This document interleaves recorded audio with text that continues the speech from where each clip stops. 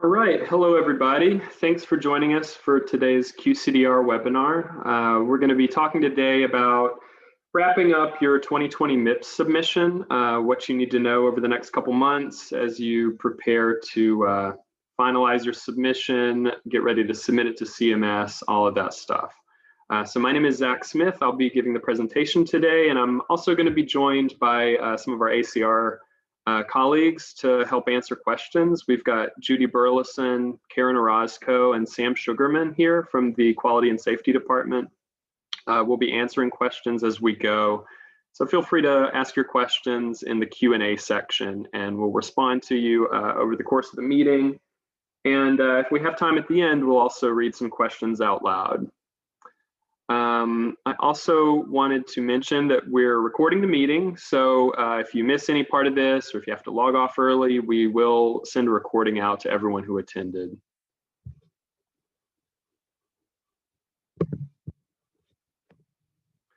So what we will cover today is we'll start out with a general QCDR overview. I also want to touch on the new NRDR login system that some of you may have encountered already. I'm going to talk a little bit about that. We're going to go over just some general updates for the 2020 MIPS performance year, and then go into an in-depth summary of how to use the MIPS portal, how the CMS Submission tab is going to work. We'll talk a little bit about the topped-out measures, the new grid measures, finally the 2020 MIPS audit, and then upcoming QCDR deadlines.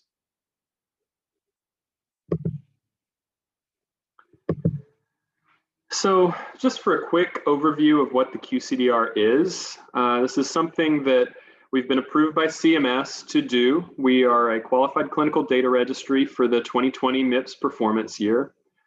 As a QCDR, we support both individual submissions and group practice submissions, as well as virtual groups, and we support all of the MIPS performance categories, that's including quality, improvement activities, and the promoting interoperability category. We manage the submission of your data to CMS, and we also have a large number of QCDR, or as we used to call them, non-MIPS measures, which we've developed, and we think these are more relevant to the care radiologists provide. So one of the advantages of using a QCDR is you have access to these additional measures that aren't available in the traditional MIPS measure list. And submitting through QCDR can help your practice avoid the negative 9% payment adjustment for MIPS non-participation. And it can potentially help earn you a positive payment adjustment as well. As always, our primary hub for information about QCDR is the website acr.org/QCDR. So we've got lists of all the MIPS measures that we support, as well as the QCDR measures that are available through our registries. We've got links to the specifications for those measures too. We've got submission instructions. We've got the template files that you use for submitting data. We'll post the recording of this webinar there as well. And we also have links to various help desk articles that are related to NRDR and QCDR participation. And for a high-level overview of the process for using the QCDR, step one is just being aware of the measures and the improvement activities that you're planning to submit, and then selecting the appropriate registries for reporting through NRDR. And that may be only selecting the MIPS registry if you only want to report MIPS measures, or it might mean signing up for the grid registry or the dose index registry if you plan to use any of those QCDR measures that we've developed. The next step will be to add your physician group TIN, your tax ID number, and uploading supporting documentation. All of this functionality is available in the NRDR portal. Then after that's done, you'll go in and actually add your physician names and indicate whether they're going to be submitting data for MIPS. Once you've done steps 1 through 3, you can actually start submitting your measure data for the MIPS performance year. And after you've begun submitting data, you can continuously monitor your performance data via the MIPS portal. Now you could start submitting data as early as you want in the year. We've been accepting data since January of this year for the 2020 performance year. And starting around April, we made the performance report available so you could look at your scores. And ever since then, the performance report has been updating live once you upload data for any of the measures. So something some of you have already contacted us about, and hopefully you're all aware of by now, is that we've sort of changed the process for how the login works for the NearDear. What you'll see now, where there used to be a username and password field, is a button that says Login with ACR account. So the portal itself hasn't changed, but the way your account is associated to NearDear has changed a little bit, and now it's through a program called Okta, which is what ACR uses for a lot of its different services. So you should have received an email with instructions for activating this new account, but a few people have reached out to us and said that their link doesn't work anymore, they're not able to get into their account. So what we wanted to remind everybody is, if you didn't receive that account activation email, or if your link no longer works, please just email us at nrdrsupport@acr.org, and ACR staff will help you get that activation link, and you can get your account unlocked so you can access the portal again.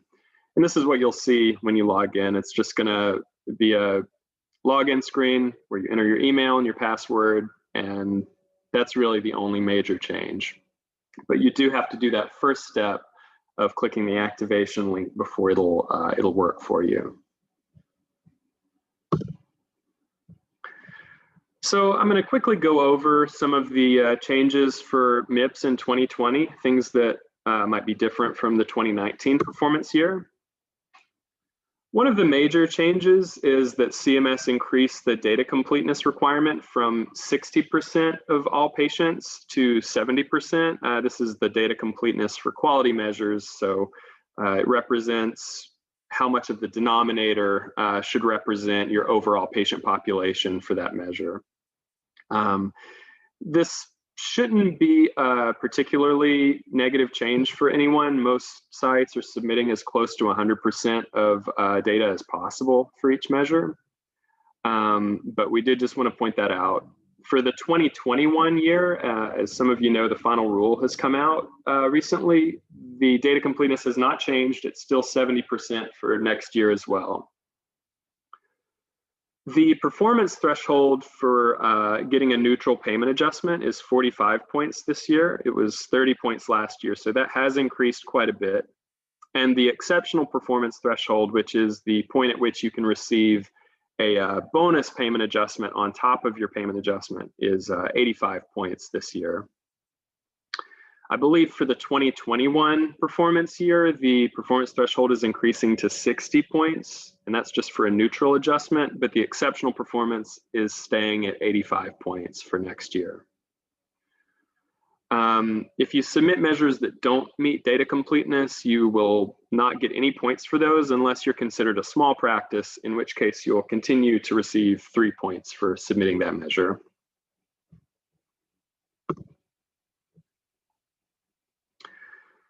So the main requirements that radiologists need to worry about would be the quality measure requirement and the improvement activity requirement. You're still required to submit 6 quality measures, including at least 1 outcome or high priority measure. You can submit additional measures, and you'll continue to receive some bonus points for submitting more than 6 measures. So we encourage everybody to do that just to maximize your score as much as possible. For facilities that are considered non-patient facing, you'll still only be required to submit either 1 high-weighted improvement activity or 2 medium-weighted improvement activities. So most radiologists are going to be considered non-patient facing. So just keep that in mind. There are no changes to the IA process for 2020 or for 2021 for that matter. And we have a link here to the QPP participation tool, which can tell you those special statuses. So it'll tell you if you're required to participate in MIPS at all, if you're eligible to opt in, if you're not required to participate, and it'll also tell you if you're considered a non-patient facing practice. So you'll know if you're exempt from the promoting interoperability category and if you have, if you can submit a reduced number of improvement activities. So the ACR continues to offer MIPS measures and QCDR measures. We have 49 MIPS measures available in 2020 and 14 QCDR measures, which are available through GRID and DIR. We've got links here to the various measures that we support, as well as the improvement activities.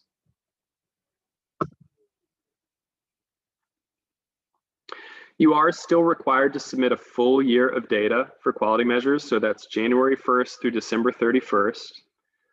For the improvement activities, you still have to submit activities that represent a continuous 90-day period.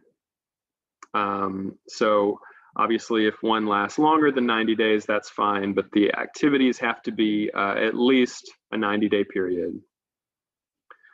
And once you've been submitting your data to MIPS, as I said before, you can monitor your performance through the MIPS performance portal.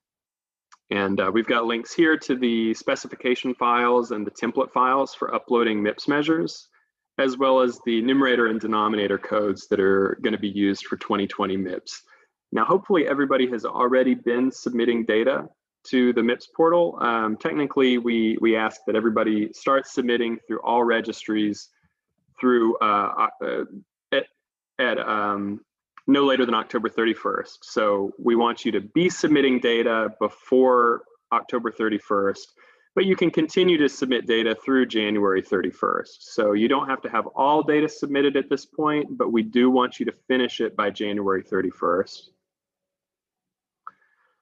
Once you've submitted data and finished your data submission for 2020, you'll have until March 31st to submit that data to CMS. You have not finished your submission until you've actually clicked the button that says submit to CMS, and you have to do this for each performance category you're submitting. So that's, you click it one time for quality, that submits your quality data to CMS. Then you click it again for improvement activities once you've selected those, and then that submits your improvement activities to CMS. Now, once you've submitted that data to CMS, we do provide a preliminary score, which we receive back from CMS after your data is submitted. So we recommend that you take a look at this. If your preliminary score looks basically okay, then you'll know that your data has gone through to CMS and that you can probably expect no major variations when the actual final score goes out in July. But we do recommend you look at this because it's going to give you a general idea of how you're doing on your measures. Now, that doesn't account for certain special statuses like being a small and rural practice where you might get more points for certain measures than you would as a patient-facing practice or a non-small, non-rural practice. But generally, your score can only go up from what your preliminary score is. So again, please look at that once you've submitted your CMS data, just to make sure everything looks okay. Now, like in 2019, MIPS still offers the opportunity for exemption from MIPS due to the COVID crisis. Now, this is no longer automatic. In 2019, if you did not submit MIPS data at all, it would just be automatically applied to your practice. You would get a neutral payment adjustment, and you wouldn't have to submit anything to CMS saying that you want an exemption. But for 2020, this is no longer automatic. You have to go in and submit an extreme and uncontrollable circumstances application. They have extended the deadline for this. It was going to be December 31st, but they've gone ahead and extended it to February 1st. So if you're planning to submit this extreme and uncontrollable circumstances application, go ahead and do that. But you do have a little extra time. Now, if you submit any MIPS data to CMS, that will nullify your application for the EUC. So if you're planning to apply for this exemption, don't submit any MIPS data because any MIPS data you submit will be scored. For more information, I've linked the CMS website where there's a link to the application for the extreme and uncontrollable circumstances. So check that out if you're planning to do that.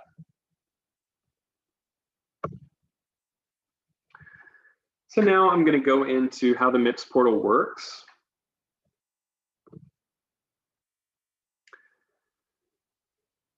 So to submit your actual measured data and view your performance scores and submit your data to CMS, you'll do all of this using the MIPS participation portal. So to actually access the portal, you'll need to be logged into nrdr.acr.org.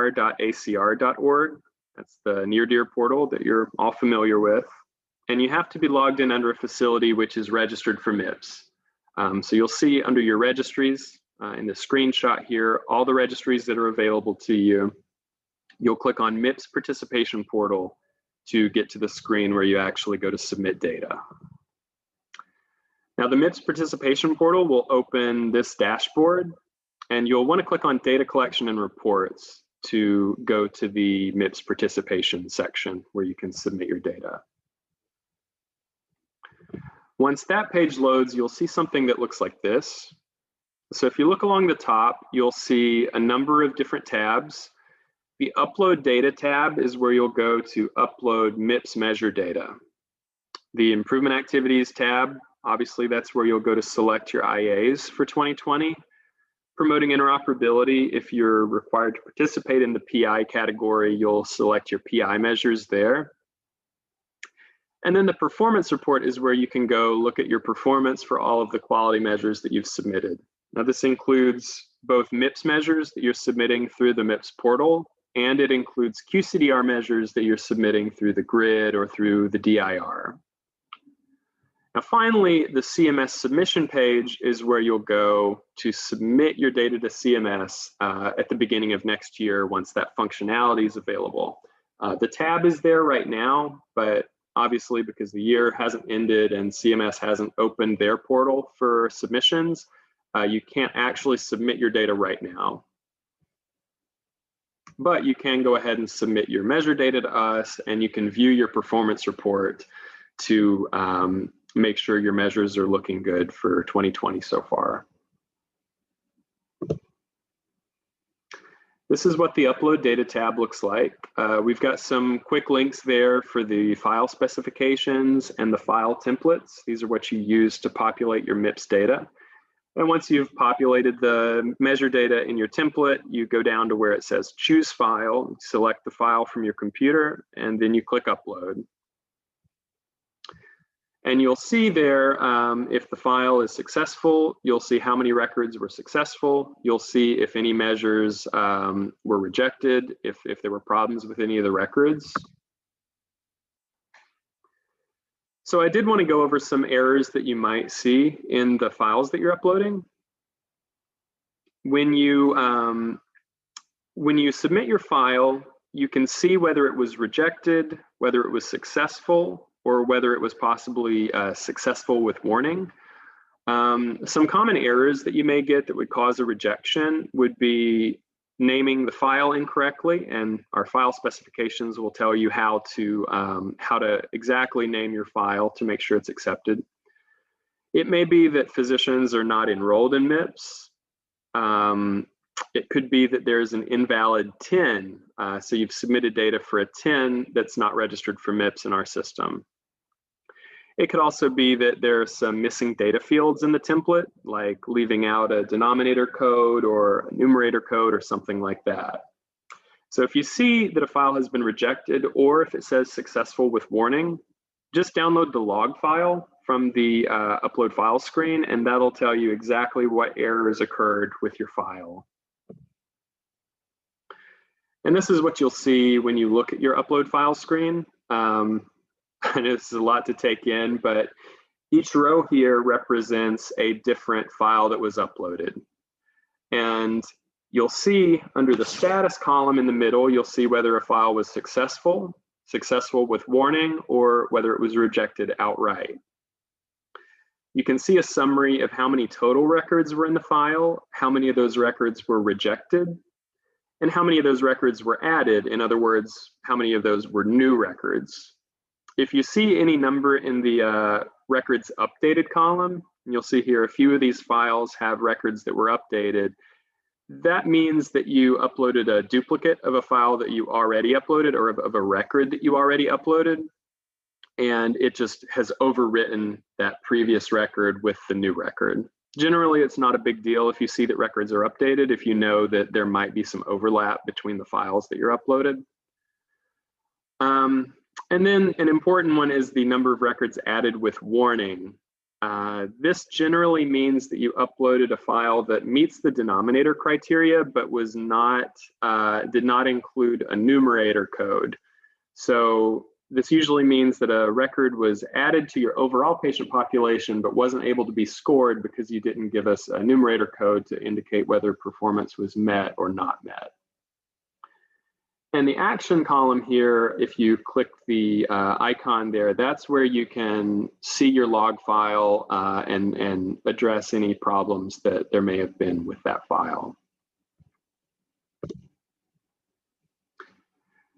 And so, as I said, the other portal tabs are the Improvement Activities tab, where you can go select your IAs for either individual physicians or for the entire group if you're submitting as a GPRO. There's the Promoting Interoperability tab, which, as I said, is not applicable to most radiologists, but is required if you're considered patient-facing. The Performance Report tab, which I'll go over a bit in a moment. That's where you can review all of your measure data, and then the CMS Submission, which is where you go to finalize your submission. As I said, this isn't available right now, but will be available probably in January 2021, so next month.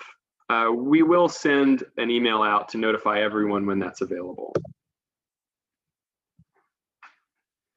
So I did want to go a little more in depth about the improvement activities for 2020.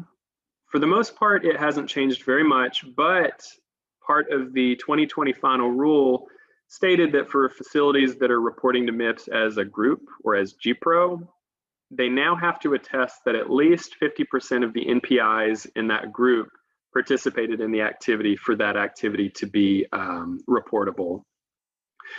So I'll show a screenshot of what we've changed in our IA portal, but essentially you just need to select the activity, enter the date range that you've participated in the activity, which again has to be at least 90 days, and then you have to attest to at least 50% of NPI participation.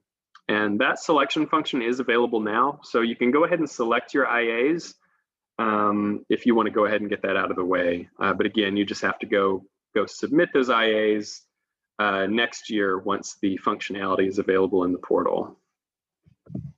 So this is all that's changed with the IA selection.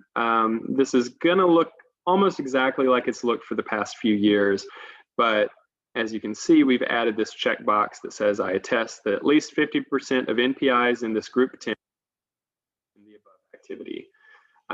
So once you've selected that, you can add the activity and then you're good to go. Again, that's only relevant if you're submitting as a group. Obviously, if you're selecting IAs for an individual physician, you don't have to do any sort of attestation like this. You just have to enter the date range.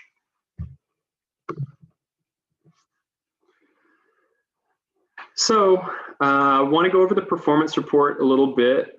We always like to remind everyone that this performance report is available all throughout the year. So as soon as you start submitting data, you can start submitting, reviewing your performance report to see how you're doing on your MIPS and QCDR measures.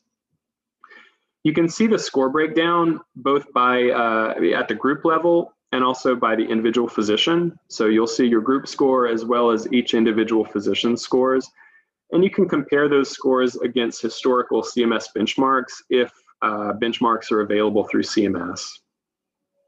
Generally, for measures that don't have a benchmark, we have calculated a registry benchmark so that we can estimate what your score would be based on other users that are reporting to that registry. But we'll indicate whether a score is from the CMS historical benchmarks or whether it's just a registry benchmark from ACR. And generally, the performance report updates about 24 hours after you've submitted data. So it's not instantaneous, but if you give it about a day, maybe 2 days at the most, you should see those changes reflected once you've submitted new data to the MIPS portal. And this is what you see when you go to your performance report. This is an example of 2 measures here. You can see at the group level how many patients total were submitted and what your overall performance rate is. And then underneath that, you can see what each individual physician contributed. So the 2 lines here would represent 2 physicians. One submitted 9 exams, one submitted 4 exams for measure 76. And you can see how each physician scored. And then same for measure 146 here. We see the total patient population, as well as how many patients came from each physician, and how the overall group is performing, as well as individual physicians are performing for that measure. And then you can see what decile you fall into for those measures. So now I'll go a little bit more into the CMS submission process. It's fundamentally the same as it was last year. We're making a few tweaks, but generally, once CMS opens their submission window, which is usually around January of the next year, you'll be able to finalize those selections for quality, for IAs, and PI if applicable, and submit those to CMS. We'll send out a notification to all MIPS users once that functionality is available. So you can go ahead and start selecting measures, selecting IAs, selecting PI. But again, this information doesn't actually go to CMS until the functionality becomes available. And then you will have to go in and submit those categories individually to CMS. So that process hasn't changed. I just wanted to remind everybody to be looking out for an email from us in the next month or 2 to let you know that that's available. And just to reiterate, this has to be completed before March 31st. That's the absolute drop dead deadline for CMS. They will not accept data after March 31st, 2021. And this is what you'll see when you go into the MIPS participation portal. You'll want to expand out each of these tabs to make sure that each one is completed. The CMS instructions, the submission instructions, is just a general overview of how to submit your data to CMS. The GPRO, non-GPRO management is where you'll see a list of all of your TINs and indicate whether that TIN is submitting as a GPRO or as individuals or non-GPRO. Then there's an attestation page where you'll see a list of all your TINs, and you can submit an attestation for that TIN saying that you attest that this information is correct and that you're authorized to submit the data to CMS, etc. Next, you'll go to the Select Quality Measures page. You'll select which measures you want to submit to CMS, and then you'll click on the Submit to CMS button. That submits your quality category to CMS. And then you'll go do the same for improvement activities and promoting interoperability. For improvement activities, you can reselect your activities. You can see what you've already selected if you've gone ahead and done that. And then you have to click that Submit to CMS button. And then if you're exempt from promoting interoperability, just ignore that section altogether. You don't have to fill out anything there if you're not required to participate. If you do submit anything, then that nullifies any exemption that you have from that category, and then you'll be scored on it. So just make sure you only submit that if you're required to. And this is what the quality tab looks like. When you expand that out, you'll see your TIN at the top. You'll see a list of all your measures. And for each of those measures, you'll go through, you'll select whether you're submitting it for MIPS reporting. You'll select whether your data is 100% complete or whether you have not submitted 100% completeness. And then you'll click Save. And once you've saved each measure that you plan to submit, you'll go up to the top where there's this big red arrow, and you'll click on Submit to CMS. That sends your quality data to CMS. And then here's what the improvement activity category looks like too. You'll expand this out. You'll see all of the TINs that are attached to your account, and you'll be able to submit each of these TINs to CMS for their IA participation. Now, once you've submitted to CMS for each category, you'll also see a View Score button. That'll only appear once you've submitted your data to CMS, because we can't give you a preliminary score until you've submitted your data and CMS has returned that score to us. So once you've submitted, you can just verify that your information is all good and has been submitted to CMS by clicking on View Score. And so speaking of scoring, I wanted to mention again that some measures that are relevant to radiologists are considered topped out by CMS right now and are subjected to a 7-point cap. So you can only get 7 points for perfect participation in these measures rather than 10 points. So here's a list of the measures that are capped for 2020. Some of these are measures that quite a few physicians submit. That includes 76, 145, 146, 195, and 436. So just be aware if you're submitting any of these measures that you might want to submit some additional measures so that you can get bonus points for your quality category, because any of those measures listed there will only be capped at 7 points total. I wanted to mention that measures 146 and 437 have been removed by CMS for the 2021 performance year. So you can still submit them for 2020, but beginning next year, those measures will no longer be available. And this is because they were both considered extremely topped out. You can download the benchmark document from the CMS resource library, which is on their qpp.cms.gov website. And you can look at the deciles for all measures, so you can see quickly if a measure you're submitting has a historical benchmark, if it's topped out and subject to a 7-point cap. And this is what measure 195 looks like. If you look at this in the benchmark document, you can see how performance basically tops out in decile 5, where 99.99% performance is only the 5th decile. So the only way to get decile 10 is to submit measures with 100% performance rate. So for that reason, because there's not much variability in the performance for measures like this, that's why CMS tries to sort of disincentivize use of these measures by limiting the points you can get for them.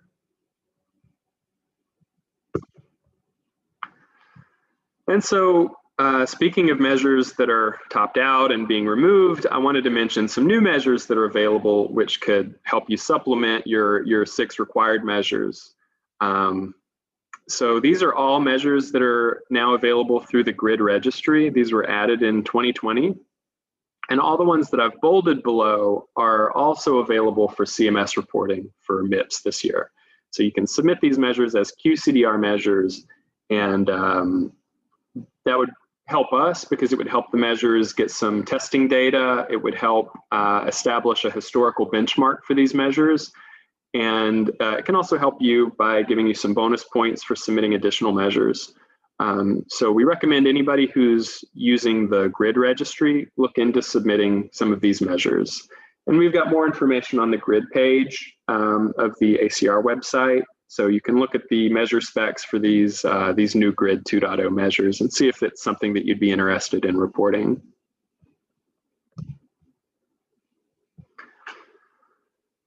I'll also mention that for individual submitters, this would be not TINs they're submitting as a group or as a GPRO, but non-GPRO and individual submissions. There's an additional step that has to be completed per CMS requirement. So what you have to do if you're submitting as an individual physician is upload a signed authorization document that says the person submitting your measures on your behalf has been authorized by you to submit that data to CMS. So we've added a new interface in the NearDear portal where you can upload those agreements. And it's, again, not something you have to do if you're a GPRO facility, but please go ahead and do that if you're submitting as an individual. So once you've uploaded that documentation with all the individual physician signatures, we'll review those documents, confirm whether all the correct physicians have a signature there, And we'll let you know if we need any changes to the document, any additional signatures. And this is what you'll see when you go to upload that authorization documentation. So this is on the nrdr.acr.org main page. You'll click on the link that says Manage Physician Authorization Documentation. And here you'll see a list of whatever files have been submitted. When you go to upload your form, you can see a list of all your physicians that have that are listed as non-GPRO, and you'll see whether you've already submitted authorization for them or not, or whether you still need to. We do have a function that lets you generate a template that you can basically just make a PDF of all of your physicians' names with a box for the signature. You can print that out, get it signed, and re-upload it to us, or you can add digital signatures and re-upload that to us. So we try to make the process as easy as possible because we know it's sort of a pain for everybody involved to have to do this. But it's pretty easy if you just go in, select all your physicians, generate the template, and then upload that signed template to us. Now, another thing that CMS added last year, which continues for 2020, is the ability to opt in if you're not a physician who's required to participate in MIPS. So basically, if you meet one but not all of the low volume threshold criteria, then you are eligible to opt into MIPS if you're interested in participating and receiving an adjustment for your payments. So if you fall below all three of these thresholds, which is bill over $90,000 in Medicare Part B services, see more than 200 Part B patients, or provide 200 or more covered professional services to Part B patients, if you fall under all three of those, if you fall below all three of those, that is, then you're just not eligible at all to participate in MIPS. But if you meet one of those criteria, but not all of them, then you can opt in.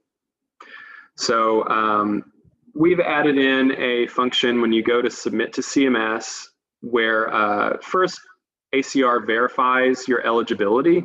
So we run the NPIs of all the physicians you're submitting. We run those NPIs through CMS's system to find out if they're MIPS eligible or if they're opt-in eligible.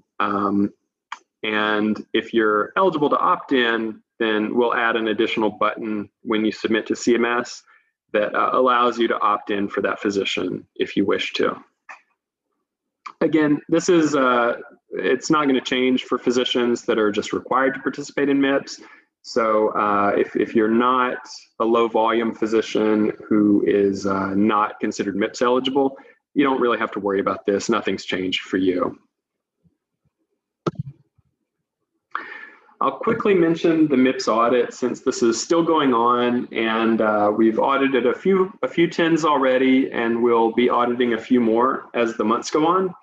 So this is something that's required by CMS, and ACR has to complete it prior to submission to CMS. So it has to be done before March 31st. Basically, we randomly select physicians by NPI, and then we ask for 50 patient records for each of those NPIs. So if you are selected for the MIPS audit, you'll receive an email from our team. We'll give you some instructions about how to upload your data. We've set up a secure upload system, so you can upload those patient exams, which obviously this is HIPAA sensitive information, so this is a secure system for you to upload that data. And then what we do is we verify everything in those patient reports to make sure it matches what was submitted to ACR. And we also have to audit the improvement activities and promoting interoperability measures for 2020. So be aware that if you're selected for audit, you'll likely be providing data for those as well. So the quality measure audit, though, is still really the biggest part of the CMS audit. And as I said, our main goal is just to confirm that your exams match what was submitted to our system and that those numerator responses of performance met or performance not met match the patient report. So we compare the patient report against what you submitted via the MIPS portal. And if we do find an irregularity, then we'll contact you. Generally, we'll just ask you to re-upload records for that measure with the numerators corrected. But if we find that there's a large number of discrepancies, it might require further auditing, and we might need to reach out for you for sort of an explanation of why there could be such a large number of inconsistencies with the data. So this pretty much wraps it up for the presentation. We'll have some time for Q&A after this, but I did want to go over some upcoming deadlines. We've passed the October 31st deadline, so you should have already begun submitting data to all the registries that you intend to use for MIPS reporting. If you are planning to submit measures but haven't yet, please go ahead and do that as soon as you possibly can. Because January 31st will be the day that you want to be completely finished submitting data to ACR registries. So for all of your 2020 data, we really want it all to be wrapped up by January 31st. And then that'll give you 2 more months to choose what measures you want to submit, choose your IAs and all that stuff. Just as a reminder, February 1st is the deadline for the extreme and uncontrollable circumstances application. And then March 31st is the absolute deadline for completing your MIPS submission and transmitting that data to CMS. Obviously, we advise completing that sooner than March 31st, just so you can have it done and view your score and know that everything is good to go. Obviously, if you find any problems with your measures, with your performance data, anything like that, the earlier you can identify those problems, the better. So be looking at your performance reports, be verifying that all of your measured data is coming through correctly and that your scores look okay. And just try to get everything submitted as early as possible next year. So our contact information, as you probably already know, is NRDR support at acr.org. And this is our phone number, as well as our NRDR support website, where you can submit a help desk ticket or view some articles about various ACR registries with instructions on participation and just some helpful information. And of course, our QCDR website is acr.org. So if you've got any questions, type them into the Q&A box. Hopefully we've gotten some already and we've been able to answer some of your questions, but if you've got any more, go ahead and ask them and we'll try to read them out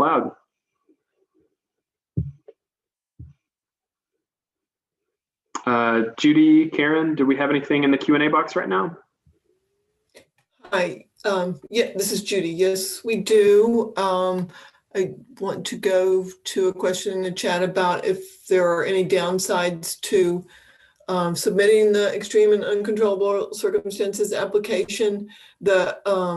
As I think was answered, you would receive a neutral payment. So the only real downside is that potentially you could have, you may be able to get a bonus and positive adjustment, and that wouldn't occur. So that's the consideration I think you would want to think about.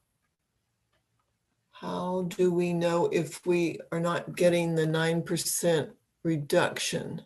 I'm not sure if you are asking that. That's from Van Wadlington. I don't know if you're asking that in relation to the EUC or not. If it is, you should get a confirmation from CMS that your application was approved. I'm not sure if there's any other form of acknowledging that you wouldn't receive a reduction. It may be in your account in the QPP portal. Can you tell by the charges? So the payment reduction or the payment reduction is implemented 2 years after the performance year. So for 2020, that'd be 2022. And you would see a reduction in your claims file, the information related to the claims reimbursement.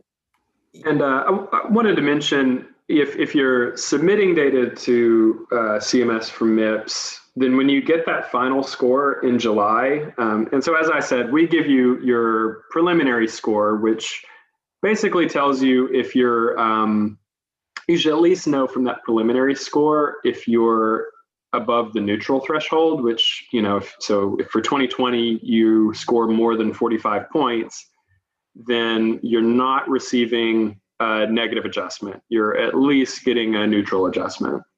And then once you get that final score in July, you'll see exactly what your payment adjustment is. There's, I believe, a line that tells you exactly how much of a positive or negative adjustment you get, but that's not available until July. Thanks, Zach. And Van, I think that adjustment is a separate line. That's for the penalty. The positive adjustment is a lump sum payment.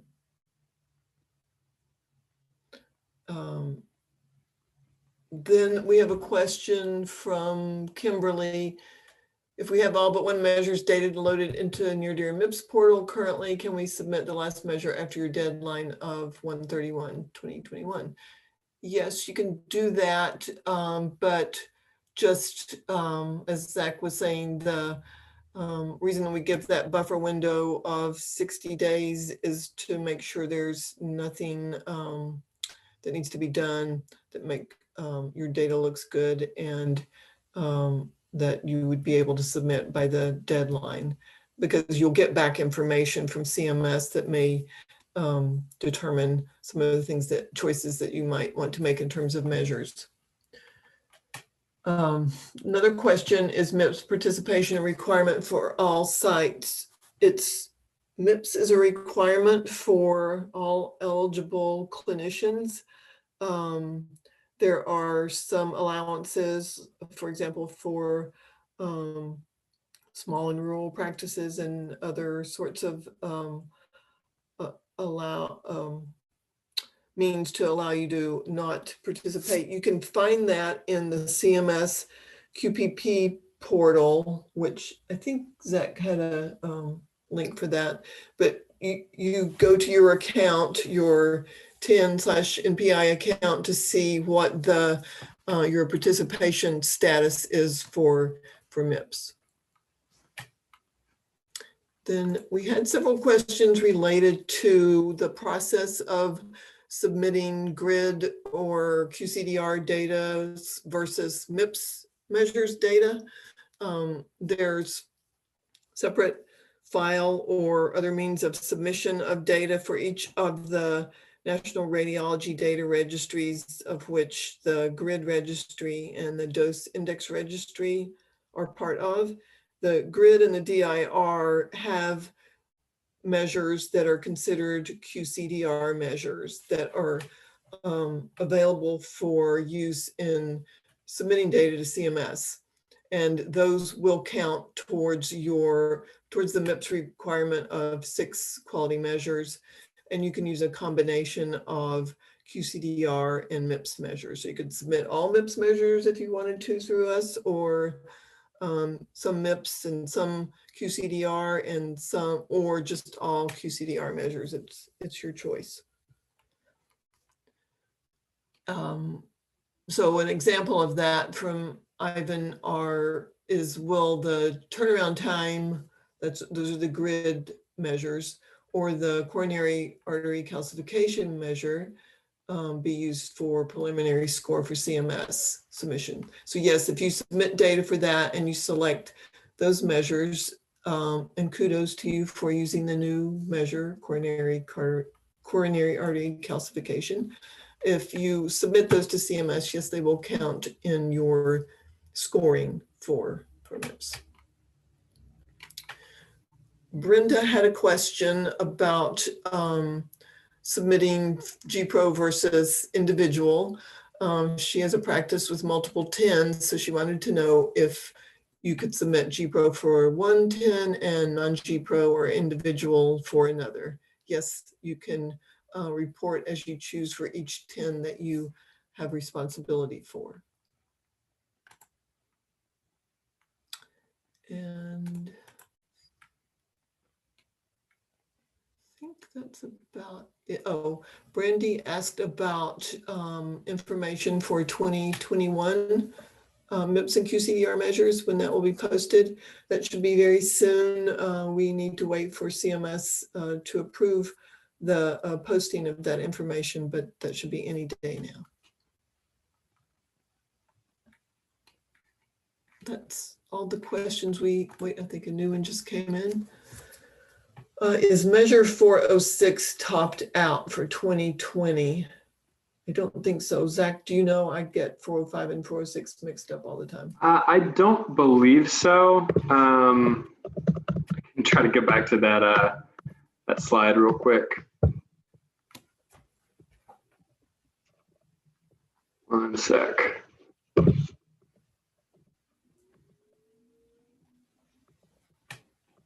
Kept going back and forth. I have it updated onto, yeah. There was, CMS did put out several versions of the benchmark file last year. Yeah, it looks like it was topped out. Yeah, I don't believe it's topped out. It's not in my list here, at least. So last time I checked the benchmark file, it wasn't. But you can always double check any of the measures using that benchmark document from the CMS resource library. But yeah, I don't believe so. Okay.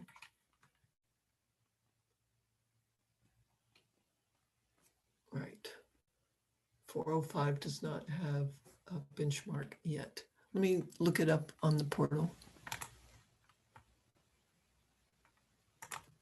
And yeah, it could be 406 that might be one that's considered topped out, but not capped at 7 points. That would probably be more likely. I see a message from Stephanie there.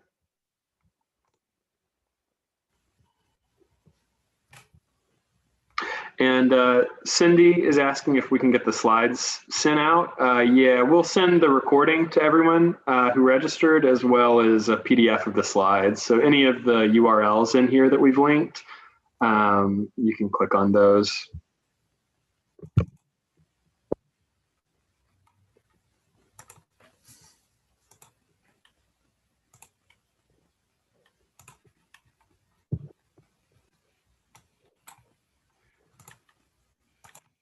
So while we wait, we'll give everybody a few more minutes to enter any questions that you might have. If you don't have any questions, we just appreciate everybody joining us, but we'll give everybody a couple minutes to ask any questions they may have. So I just looked it up from the file that's currently on the QPP portal, and 405 is not topped out for measure 406. It's topped out for both claims and registry reporting. There is a 7-point cap on claims reporting. I'm sorry, there's not a 7-point cap for claims reporting, but there is for registry reporting. Go back here.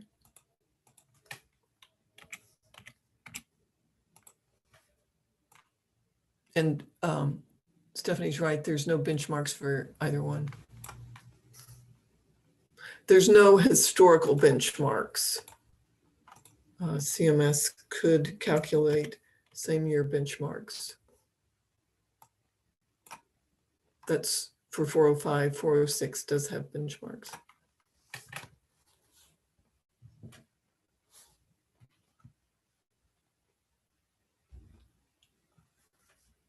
Oh, there's a whole bunch more questions, I think. Yeah, Judy, did you say 406 is capped at 7 for registry? Is that what you just, okay, right. Mm-hmm. Gotcha.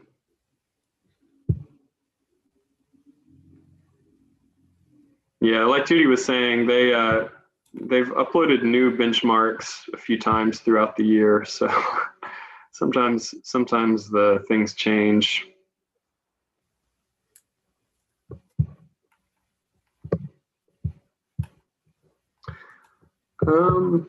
We have not gotten any new questions, so we can probably go ahead and wrap up for today. We'll probably do another 1 or 2 webinars between January and March, just to help everybody make sure that they're getting everything wrapped up, and probably do some kind of office hours type webinars for just Q&A. So be looking out for those. Like I said before, we'll send recordings out to everybody and a PDF of the slides. So be looking out for that probably tomorrow. Just have to get the video process before we can send it out. So yeah, with that, we'll wrap it up. Just want to wish everybody a happy holidays, and we'll talk to you in 2021. Thanks, everybody. Thank you.